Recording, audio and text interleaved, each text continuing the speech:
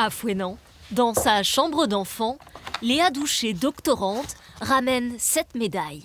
C'est la reconnaissance de tout un parcours de sciences et de femmes dans la science, dans les maths particulièrement.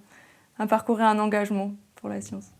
Une distinction remise le 8 octobre dernier par la Fondation L'Oréal UNESCO. On était à l'Académie des sciences, donc ça fait vraiment sens de recevoir ce prix là-bas. Et puis aussi être entourée avec les 33 autres lauréates.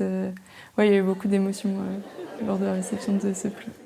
Un prix qui récompense un travail accompli à l'autre bout de la planète. En Nouvelle-Calédonie, Léa Doucher réalise des calculs avec un objectif très concret, anticiper les futures épidémies. Ça, c'est le cluster de calcul.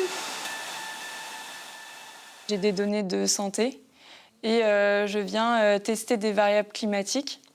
Donc tester des valeurs, des données en fait, de température et de précipitation, et je regarde lesquelles permettent de mieux prédire les épidémies et permettent de mieux représenter les anciennes épidémies qui ont été observées sur la période historique.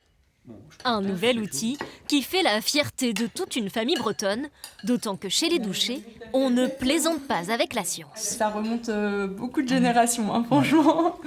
Avec une arrière-grand-mère qui était prof de maths, agrégée quand même à l'époque. Ouais.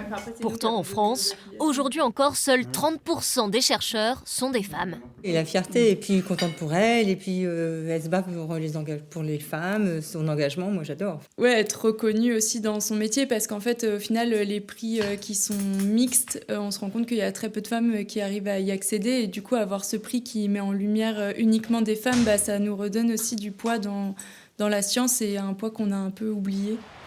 Avec ce prix, Léa Doucher espère ouvrir la voie à une nouvelle génération de femmes scientifiques.